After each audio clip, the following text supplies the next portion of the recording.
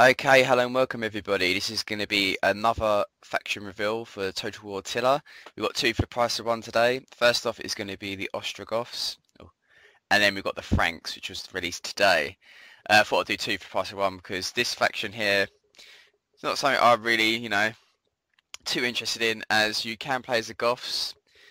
Anyways, and this is a subsection of the Goths, which is called the Ostrogoths. These are the actual guys that did sack Rome and obviously stayed there as well. But I'll go into that in a minute. I'll read the Ostrogoths first, this stuff, and then go Wikipedia, and then we'll do the same for the Franks. But the Franks is one I'm probably more interested in playing as myself and the units and all that kind of jazz. But, I was just worried that where you're playing as the Goths and then you got these guys as well, it's like, are they going to be very similar? Which I assume they would be, but is there any point of playing as the different ones? But anyways, hopefully it is going to be like that. And there will be differences between both of them factions. But the Ostrogoths, wandering through Roman lands, bear their origins as a powerful empire. Originally known as the Griffingi, definitely the Griffingi, they are a confederation of distinct peoples originally from the Baltic coast who settled close to the Black Sea. Unfortunately, this means they were the first of the Germanic peoples to face the wave of Hun and Alani invasions. They have shattered the known world, now leading an uneasy existence on the Empire's borderlands. The Ostrogoths are vulnerable to Roman abuse and barbarian attack alike, and to sell themselves as mercenaries as to the very same Huns that subdued them. Still, the memory of their former supremacy preserves Ostrogoth hope. A strong leader could rescue them from the plight and restore them to glory. The Ostrogoths' long relationship with Roman culture, civic and military matters lends them much credence. How do you pronounce that one? I can't say that one at the moment. To the point where they face little resistance from the local populace when occupying Roman territories. In such circumstances, they also have access to Roman military assets to strengthen their numbers. So that's going to be quite interesting, actually, then. I assume the Goths might have more nomadic kind of units, and this is a mixed bag of so-called Roman units. As you can see, they've actually got pikemen there. So these guys were actually used by the Romans and the Huns, so they're kind of like mercenaries or slaves, slave units in a sense. They sound okay, but this is another barbarian faction who don't have any settlements to start off with. What we're playing paying for is pretty much Barbarian Invasion 2, as this is all the factions that I mentioned in the previous video which were in Barbarian Invasion 1 for Rome 1. But let's do a little bit of history about them. This is where they conquered. They started from the Balkans and then moved all the way to Italy itself. We'll do a little background from what we can read here. Okay, these guys were the branch of the later Goths. Obviously, the original was the Visigoths. Under the Ostrogoths under Theodoric the Great, which is the guy who obviously established a kingdom in Italy and then obviously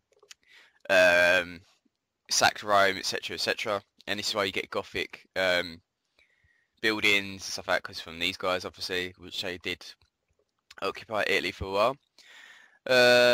In the 5th and 6th centuries, the Ostrogoths traced their origins to, which I just mentioned in the previous one, a semi-legendary kingdom north of the Black Sea. They were part of the invasion of Rome, invading southward from the Baltic Sea. The Ostrogoths at the time built a huge empire stretching from Dniester to the Volga River and from the Black Sea to the Baltic shores. Blah blah blah blah. Here we go. After their subjugation by the Huns, little was heard of the Ostrogoths for about 80 years, and then they reappeared in Pannonia, which is what was given to them by the Romans. And obviously the Romans probably abused them at that point and then used them for mercenary things, and then they later conquered Italian kingdom, etc., etc. And what's this say? Okay, divided Goths. So, okay, Hunnic invasions. The rise of the Huns around 370 overwhelmed the Gothic kingdoms. Many of the Goths migrated to the Roman territory in Balkans, which often remained north of Danube, which is kind of like Dacia is in the Rome 2 campaign map, and that kind of area. And then obviously after the defeat of the Huns, and other factions like Rome obviously got battered by Rome. The Rome got battered by the Huns, so obviously these guys took the advantage and attacked them as well. I think that's about it. Obviously, they mentioned obviously the kingdom that they have. What was there anything decent in there? Okay, Friedrich sought to revive Roman culture and government. In doing so, profited the Italian people. It was both characters together that he set out in 488 by commission from the Byzantine Empire Zeno to recover Italy. So he took Ravenna, Ravenna is quite a nice place to go to. I haven't actually been there yet, but some of my family have. It's a nice place to go to in Italy, in northern Italy, which is kind of near Venice, I think. I think that'd be in War of Rome, 535, 554. Upon the death of Friedrich in 526, the Ostrogoths and Visigoths were again separated. The few instances where they act together at this time are scattered and incidental. Succeeded the Visigoth kingdom in Iberia, so they obviously went to Spain as well, with the dominion of the new Austrian king of Athalric, the grandson of Friedrich, through the daughter of Attila. Okay, I don't think there's anything else to really read from there, but they pretty much owned Italy for a little while. That's enough of the Ostrogoths, and now we have got the one I'm actually quite more interested in is the Franks, and these guys. Oh, actually kicked on that. These guys actually have got their own settlement, and that looks like modern day Netherlands. So other YouTubers, which I know are from that lovely part of the world, which is Corpa, the Dutch gamer, and Total Warzone. So they'll be happy to play as the Franks, I reckon.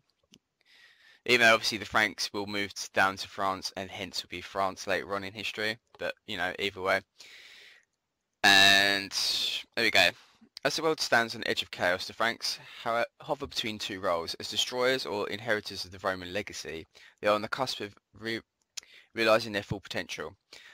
A confederation of Germanic tribes from the lower Rhine region, they were defeated and eventually allowed to settle at Toxtria as a federati.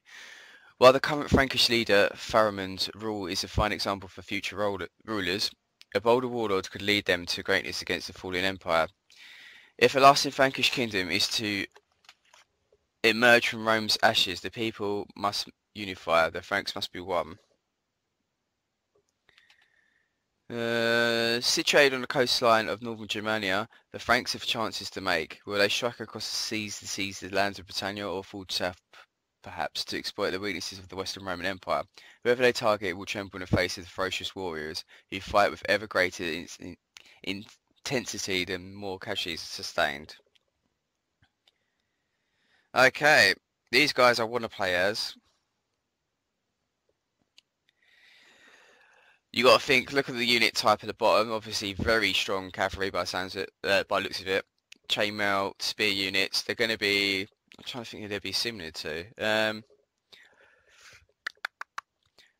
Well, I know a majority of these are formed from Germanic tribes, but obviously take a bit of the Swaby and then maybe Gaul and put them together. And obviously, it's further on in history, so a lot more units are using chainmail, heavier armor, better weapons, etc. than they were 100 or 200 years before that.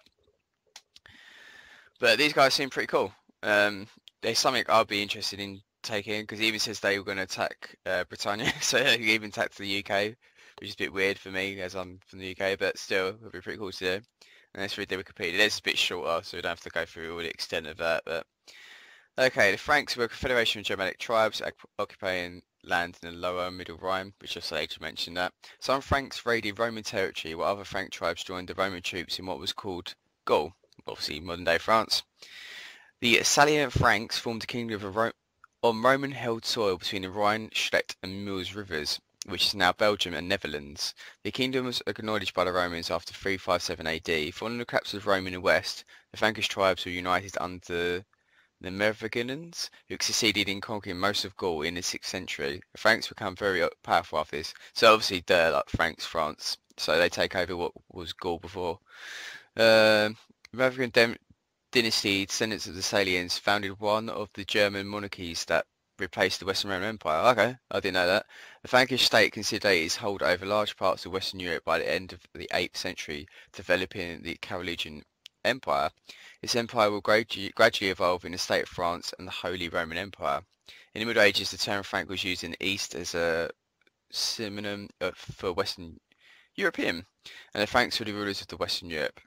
Yeah, so obviously it shows you beginnings of what France was. These guys started off in the Netherlands, go for Belgium, Luxembourg, and then obviously create what is, you know, what Gaul was beforehand, and they just create France. These guys seem more interesting than the other ones, to be perfectly honest, and that's probably who I would play as. But hope you enjoyed this. Later on there'll be a Massilia episode, and I'll try and push out a episode of Spartacus Rises for tomorrow as well. Hope you enjoyed this video, and I'll see you all on the next one.